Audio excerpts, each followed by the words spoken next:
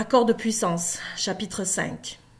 Il arrive quand ce bus dis-je. Crado hausse les épaules. Dany est occupé à tweeter. Batterie lourde, besoin d'aide la prochaine fois. Vous êtes prêtes les filles? Nous sommes à l'arrêt d'autobus près de chez Crado. Un mardi après l'école, et il fait chaud comme un été. Nous déménageons toute la batterie chez moi et l'effort me fait transpirer à grosses gouttes. J'ai soif et en plus, j'ai le bout des doigts en compote d'avoir trop joué. J'ai accordé les guitares et passé des heures à répéter. Je n'ai rien dit à Crado et Dany. Je veux les impressionner. On aurait pu attendre à demain, dis-je. Ma mère nous aurait aidés avec la voiture. Le rock'n'roll n'attend pas, tout bon, dit Dany en claquant son téléphone. Et la mère de Crado voulait être débarrassée de la batterie. Ça aurait pu attendre un jour de plus, dis-je. Quelle importance, dit Dany. C'est cool. C'est de la publicité gratuite pour le groupe. Les gens se souviendront de nous et diront « Je les ai connus lorsqu'ils ont commencé. Ils transportaient leurs instruments en bus. » Il a peut-être raison. Nous sommes assez remarquables. Nous occupons une grosse portion du trottoir. J'ai la grosse caisse, la pédale et un support de cymbales. Dany transporte les tomes, la caisse claire et son support. Des baguettes dépassent de ses poches arrière. Crado, le plus costaud d'entre nous, n'a pris que les cymbales, l'autre support, le pied du hit-hat et une autre paire de baguettes. Comment s'est-il débrouillé pour en transporter si peu? C'est ce qu'il nous faut maintenant, poursuit Dany. Ce qu'il nous faut maintenant, poursuit Dany, ce sont des t-shirts avec le nom du groupe. Tout le monde saurait qui nous sommes. Les t-shirts n'auraient rien d'écrit dessus, Dan, dis-je. Nous n'avons pas de nom. Ah ouais, dit Dany. D'accord. Je pense que nous devrions nous appeler Corruption. Manœuvre d'approche, dit Crado. C'est quoi ça, comme nom? Dis-je. Crado fait un signe de tête en direction de la rue. Je vois qu'il veut parler du bus qui arrive. Tandis que nous ramassons les pièces de la batterie, Dany dit « N'oubliez pas de vous glisser par la porte arrière. Personne ne nous remarquera. » C'est presque l'heure de pointe. Entrer à contre-courant par la porte arrière, c'est comme essayer de remonter les chutes du Niagara. Avec une batterie, les passagers nous lancent des regards furieux, surtout lorsque Dany embroche quelqu'un avec ses baguettes en reculant. « Hey !» dit le gars. La voix du chauffeur se fait entendre à l'interphone. « Les gars avec les tambours, venez en avant !» Avez-vous déjà essayé de vous déplacer dans une allée de bus avec une grosse caisse? Ce n'est pas facile. Je me sens comme une boule de quilles humaine. Mais nous ne sommes pas à rock'n'ball. Je reste coincé entre un gros gars en sueur qui transporte des sacs d'épicerie et une grande femme maigre qui détourne le regard. Ce n'est pas ce qu'on entend normalement par une relation étroite et personnelle avec ses admirateurs. Le bus se met en branle. Je garde les yeux baissés et fixe le dessus de la caisse. Lorsque le bus commence à ralentir, Dany dit « Faut que nous descendions. Il paraît que nous dérangeons. Et je n'ai pas les moyens d'acheter un ticket. » Je dois marcher à reculons lorsque le bus s'arrête. Je garde les yeux sur la caisse, mais je sens des regards froids posés sur moi, et j'entends les murmures des approbateurs. Heureusement, nous allons dans le sens du courant. J'atterris sur le trottoir et dépose la caisse avant de l'échapper. J'ai les bras morts.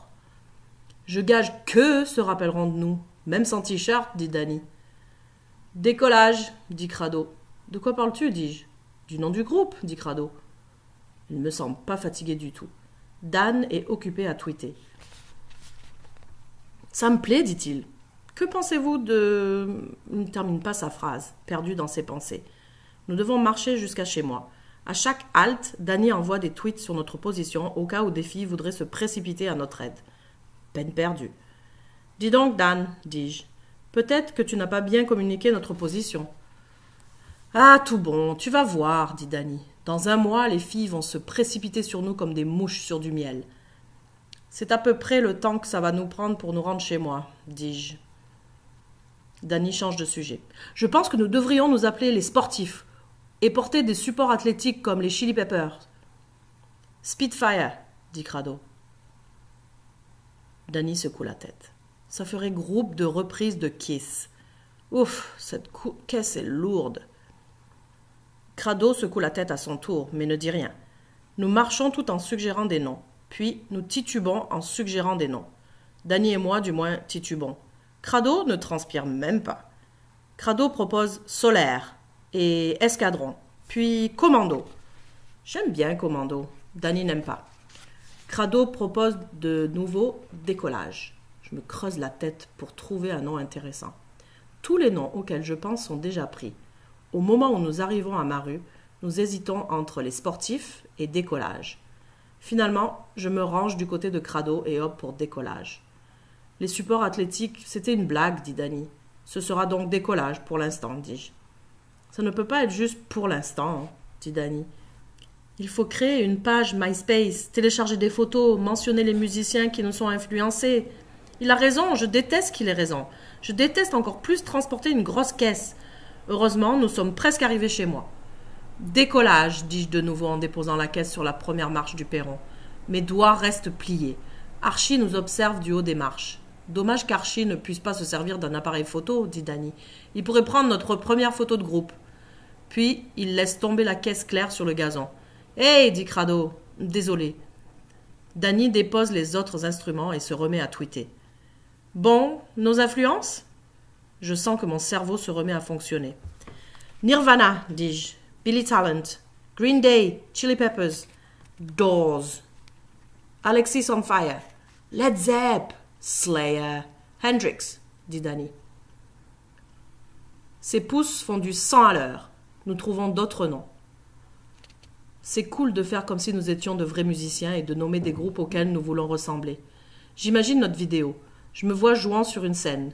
Je touche les bouts de mes doigts. C'est cool d'avoir mal aux doigts. Ça n'arrive qu'aux musiciens, et peut-être aux adeptes des arts martiaux qui mettent les doigts dans les yeux de leurs adversaires. Mais ça, c'est autre chose. Lorsque nous nous relevons, je suis courbaturé. Ça aussi, c'est cool. Je me sacrifie pour mon art. Je vais laisser tomber les devoirs ce soir et plutôt jouer de la guitare.